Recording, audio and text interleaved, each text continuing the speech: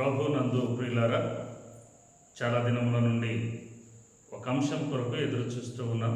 అదే లోకరక్షకుడైన యేసుక్రీస్తుల వారి జనన దినమును, అలాగనే వాగ్దానపుత్రుడైన ఇస్సాకు యొక్క జన్మదినము ఒకే రోజని చాలా దినముల క్రితము జ్ఞాపకం చేసుకున్నాం.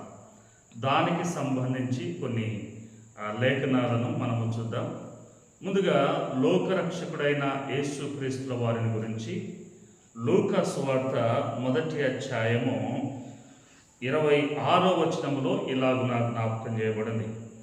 6వ నెలలో గబ్రియేలు అను దేవదూత గలిలయలోని నజరేతను ఊరిలో దావీదు వంశస్థుడైన యోసేపును ఒక పురుషునికి ప్రదానము చేయబడిన కన్యక యొద్దకు దేవుని చేత పంపబడెను.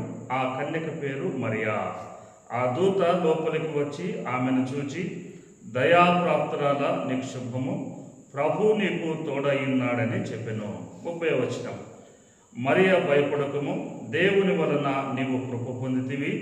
ఇదిగో నీవు గర్భము ధరించి కుమారుని కని ఆయనకి యేసు అను పేరు పెట్టుదువు. ప్రియులారా, 6వ నెలలో గబ్రియేలు దూత మరియను దర్శించి, ఇదిగో నీవు దేవుని వలన కృప పొంది గర్భము ధరించి కుమారుని కంటావు అని దేవుని దూత జ్ఞాపకం చేయబడింది. అలాగనే భక్తుడైనటువంటి వాగ్దానపుత్రుడైనటువంటి ఇస్సాకును గురించి ది బుక్ ఆఫ్ జూబ్లీ నందు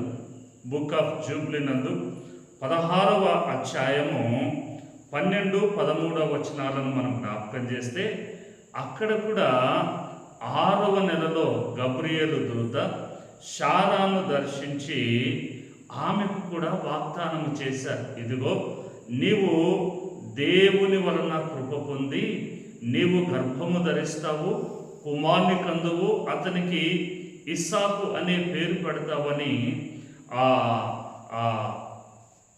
జూబ్లీ బుక్ నందు జ్ఞాపకం చేయబడింది.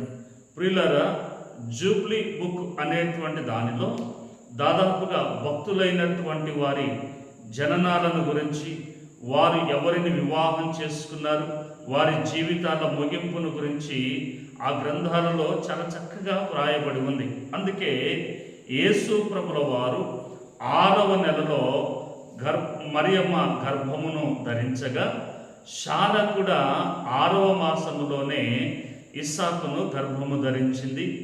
ఈ 6 నుండి మనము జ్ఞాపకం చేస్తే 9 మాసాలు, అనగా 6 నుండి మొదలు పెట్టగా సంవత్సరం ముగించబడి మరొక సంవత్సరపు 3వ మాసములోనికి ప్రవేశిస్తారు. అందుకే 3వ మాసము 15వ దినమున మరి వాగ్దానపుత్రైన ఇస్సాకును, లోకరక్షకుడైన యేసుక్రీస్తుల వారి జననము జరిగినట్లుగా చరిత్రకారులు జ్ఞాపకం చేస్తూ ఉన్నారు. దీనిని గమనించవలసిందిగా ప్రభు పేర తెలియజేస్తూ ఉన్నారు. దేవుడు మనలను దీవించునుగాక.